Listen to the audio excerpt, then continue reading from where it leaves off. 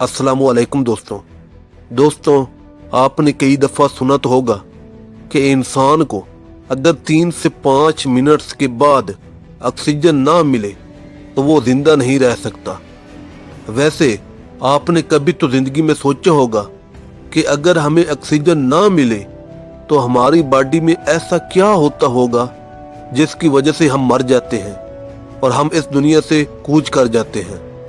और साथ ये भी कभी ज़हन में आया होगा कि हमारे इर्द गिर्द माहौल में इतनी ज़्यादा ऑक्सीजन है फिर भी हम ऑक्सीजन ना मिलने की वजह से कैसे मर सकते हैं। तो मैं आज की इस वीडियो में ये रिवील करूँगा कि ऑक्सीजन ना मिलने से हमारी बॉडी में क्या फ़र्क पड़ता है और किन किन मसलों की वजह से हमारे सेल तक ऑक्सीजन नहीं पहुंचती।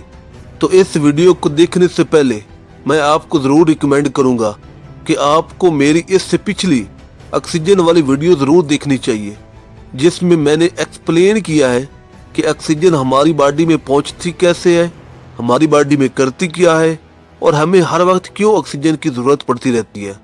तभी ये वीडियो आपको आसानी से समझ आएगी। चलें, अगर वो वीडियो देख लिया है तो अब ये वीडियो शुरू करते हैं। पहला सवाल कि अगर हमें ऑक्सीजन ना मिले तो हमारी बॉडी के साथ क्या होता है। देखें, जैसा कि मैं पहले वाली वीडियो में बता चुका हूँ कि हमारी बॉडी का ज़रा ज़रा सेल से मिलकर बना होता है और सेल्स ही आपस में मिलकर हमारी बॉडी के तमाम ऑर्गन्स बनाते हैं। और इन सेल्स को जिंदा रहने और काम करने के लिए एनर्जी या एटीपी चाहिए होती है और ये एनर्जी बनती है इन्हीं सेल्स के अंदर और वो भी ऑक्सीजन की मदद से। अब इससे एक बात तो वाज़ेह हो गई कि ऑक्सीजन सेल्स में इस्तेमाल होती है और इससे एनर्जी बनती है जो इन सेल्स के काम करने के लिए ज़रूरी होती है। अब अगर ऑक्सीजन की कमी हो जाए तो ऑक्सीजन सेल तक नहीं पहुंचेगी, जिससे एनर्जी या एटीपी नहीं बनेगी और अगर एनर्जी नहीं बनेगी तो सेल्स काम नहीं करेंगे और अगर सेल्स काम नहीं करेंगे तो ऑर्गन फेल होना शुरू हो जाएंगे। ऑर्गन्स कैसे फेल होते हैं उससे पहले मैं ये बताना चाहूँगा कि सेल कैसे ऑक्सीजन के बगैर फेल होता है। ऑक्सीजन की कमी की वजह से सेल में सबसे पहली तब्दीली, सेल में एनर्जी यानी एटीपी नहीं बन पाती, तो सेल के बाहर एक दीवार होती है जिसे हम सेल मेम्ब्रेन कहते हैं और इस सेल मेम्ब्रेन पर सोडियम पोटाशियम पंप लगा होता है जो सोडियम पोटाशियम और पानी को बैलेंस रखता है ताकि सेल प्रॉपर काम कर सके। और इसको काम करने के लिए एनर्जी चाहिए होती है, लेकिन अब एनर्जी है नहीं तो ये पंप काम नहीं कर पाता, जिससे सोडियम पोटाशियम और पानी का बैलेंस खराब हो जाता है और सेल में पानी और सोडियम भरना शुरू हो जाती है, जिसे हम सेलुलर स्वेलिंग कहते हैं। अब सेलुलर स्वेलिंग की वजह से सेल एक गुब्बारे की तरह इन्फ्लेट होने लगता है और इसकी दीवारों पर भी दबाव बढ़ता जाता है।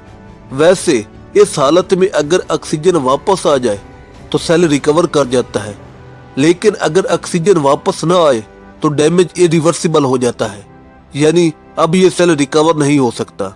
तो इस हालत में सेल मेम्ब्रेन में एक और पंप होता है जिसे हम कैल्शियम चैनल या कैल्शियम पंप कहते हैं। इसका काम होता है कैल्शियम को सेल से बाहर फेंकना, क्योंकि अगर कैल्शियम सेल के अंदर ज्यादा हो जाए तो ये कैल्शियम सेल में मौजूद एंजाइम्स को एक्टिवेट कर देती है। ये ऐसे एंजाइम्स होते हैं जो सेल के अपने ही स्ट्रक्चर्स को तोड़ना शुरू कर देते हैं और सेल मरना शुरू हो जाते हैं। इसी दौरान सेल एक और कोशिश करता है कि किसी तरह एनर्जी बना ले चाहे ऑक्सीजन ना भी हो। इसके लिए वो एनाएरोबिक मेटाबॉलिज्म शुरू करता है, यानी बगैर ऑक्सीजन के एनर्जी बनाने का तरीका। लेकिन इस प्रोसेस में लैक्टिक एसिड बनता है।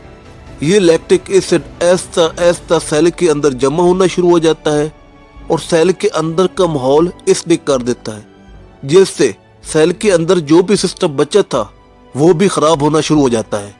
अब आखिर में वो स्टेज आती है जहाँ सेल की आउटर दीवार यानी सेल मेम्ब्रेन भी कमजोर होकर टूटना शुरू हो जाती है और जैसे ही ये मेम्ब्रेन टूटती है सेल के अंदर की सारी चीजें बाहर निकल जाती हैं और बाहर की हार्मफुल चीजें अंदर आ जाती हैं और यही वो स्टेज है जिसे हम कहते हैं नेक्रोसिस या सेल डेथ।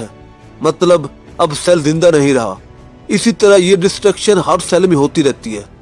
अब ऑक्सीजन की कमी की वजह से अगर एक या दो सेल्स मुतासर हों तो जिस्म इसे किसी हद तक संभाल लेता है, लेकिन जब यही प्रोसेस एक साथ लाखों और करोड़ों सेल्स में शुरू हो जाए तो फिर मसला सिर्फ सेल्स तक महदूद नहीं रहता, बल्कि ऐसा ऐसा पूरे ऑर्गन्स अपना नॉर्मल फंक्शन खोना शुरू कर देते हैं।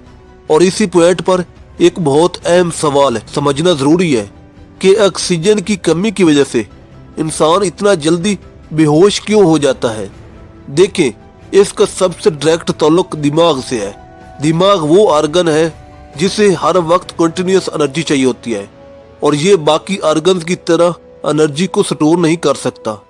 यानी जैसे ही ऑक्सीजन की सप्लाई में कमी आती है, दिमाग के पास कोई बैकअप सिस्टम नहीं होता और वो फौरन एनर्जी की शॉर्टेज को फील करता है। इसी वजह से सिर्फ चंद सेकंड्स के अंदर दिमाग को इतनी एनर्जी नहीं मिलती कि वो अपना नॉर्मल फंक्शन जारी रख सके और यही सिचुएशन इंसान के बेहोश होने की सूरत में सामने आती है। अगर ऑक्सीजन की कमी इसी तरह बरकरार रहे तो चंद मिनट्स के अंदर दिमागी सेल्स में परमानेंट डैमेज शुरू हो जाता है। इसके बाद यही इफेक्ट दिल पर पड़ता है, क्योंकि दिल को भी मुसलसल एनर्जी चाहिए होती है ताकि वो बगैर रुके ब्लड पंप करता रहे, और जब एनर्जी कम हो जाए तो उसकी पंपिंग स्ट्रेंथ कम होने लगती है। फिर किडनीज और बाकी अहम ऑर्गन भी ऐसा ऐसा मुतासर होने लगते हैं, क्योंकि हर ऑर्गन को अपना काम जारी रखने के लिए एनर्जी की जरूरत होती है। और जब ये चेन रिएक्शन आगे बढ़ती रहती है तो पूरा बॉडी सिस्टम एक एक करके फेल होना शुरू हो जाता है और आखिर में वो पॉइंट आ जाता है जहां जिस्म अपनी नॉर्मल फंक्शनिंग बरकरार नहीं रख पाता और जिंदगी खतरे में पड़ने लगती है। अब देखते हैं कि अगर हमारे माहौल में इतनी ज्यादा ऑक्सीजन मौजूद है तो फिर ऑक्सीजन की कमी कैसे हो जाती है। देखें, यहाँ एक बहुत सिंपल सी बात समझनी है। ऑक्सीजन बस हवा में होना काफी नहीं होता, बल्कि इसे एक पूरा सफर तय करना होता है। यानी ऑक्सीजन को हवा से मुंह और नाक के जरिए आपके फेफड़ों तक, फेफड़ों से खून तक और खून से आपके सेल तक, और इस पूरे रास्ते में अगर कहीं भी रुकावट आ जाए तो मसला शुरू हो जाता है। अब इसे हम बहुत आसान तरीके से समझते हैं। पहली सिचुएशन ये होती है कि मसला शुरू ही इन्वायरमेंट से हो, यानी हवा में ही ऑक्सीजन कम हो, जैसे पहाड़ी इलाके। यहाँ मसला ये होता है कि जो हवा हम अंदर ले रहे होते हैं इसमें ऑक्सीजन की मिकदार ही कम होती है। नतीजा ये होता है कि बॉडी को शुरू से ही कम ऑक्सीजन मिलती है। दूसरी सिचुएशन, ऑक्सीजन मुंह और नाक के जरिए फेफड़ों तक तो पहुंच जाती है, लेकिन खून में सही तरीके से दाखिल नहीं हो पाती। यानी आप सांस ले रहे हैं, ऑक्सीजन अंदर भी जा रही है, लेकिन वो आगे नहीं बढ़ पा रही। ये ज्यादातर तब होता है जब फेफड़े सही तरीके से काम ना करें, और इस सूरत में ऑक्सीजन फेफड़ों से ब्लड में दाखिल नहीं हो पाती। आपने ऐसे कई मरीज देखे तो होंगे जो ऑक्सीजन मास्क लगाते हैं। असल मसला भी यही होता है, ऑक्सीजन अंदर जा रही होती है लेकिन ब्लड तक नहीं पहुंच रही होती।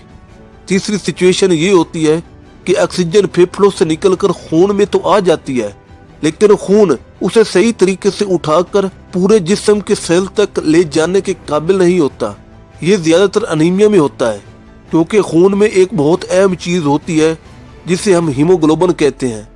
ये हीमोग्लोबिन ऑक्सीजन को पकड़कर पूरे जिस्म में ले जाता है ताकि हर सेल को इसकी जरूरत के मुताबिक ऑक्सीजन मिल सके। अब अगर हीमोग्लोबिन कम हो जाए तो फिर चाहे ऑक्सीजन कितने भी मौजूद हो, वो सही तरीके से सेल तक नहीं पहुंच पाती। और सबसे डेंजरस सिचुएशन ये होती है कि ऑक्सीजन भी मौजूद हो और खून भी मौजूद हो, लेकिन रास्ते में कोई रुकावट आ जाए, यानी ब्लड का फ्लो आगे बढ़ने की बजाय कहीं ब्लॉक हो जाए या बहुत ज्यादा स्लो हो जाए। मसलन जब ब्लड वेसल्स तंग हो जाए या ब्लड प्रेशर बहुत कम हो जाए तो खून सही तरीके से मुख्तलिफ ऑर्गन तक नहीं पहुंच पाता, और जब खून वहां तक नहीं पहुंचेगा तो ज़ाहिर है ऑक्सीजन भी वहां तक नहीं पहुंच सकेगी। और यही वो पॉइंट होता है जहां ऑक्सीजन मौजूद होने के बावजूद भी बॉडी इसे यूज नहीं कर पाती, क्योंकि असल मसला ऑक्सीजन की कमी नहीं होता, बल्कि इसके पूरे डिलीवरी सिस्टम का फेलियर होता है। اور شاید یہی بات ہمیں یہ احساس دلاتی ہے کہ ہمارا جسم کس قدر ڈیلیکیٹ اور انٹر کنیکٹڈ سسٹم پر چل رہا ہوتا ہے۔ اگر آپ کو آج کی یہ ایکسپلینیشن سمجھ آئی ہو اور آپ نے آکسیجن کی اس ہڈن جرنی کو واقعی فیل کیا ہو تو ویڈیو کو لائک کریں، چینل کو سبسکرائب کریں اور اس ویڈیو کو اپنے دوستوں کے ساتھ ضرور شیئر کریں، اور کمنٹ میں یہ بھی ضرور بتائیں کہ آج کی ویڈیو میں آپ کے لیے سب سے سرپرائزنگ بات کیا تھی۔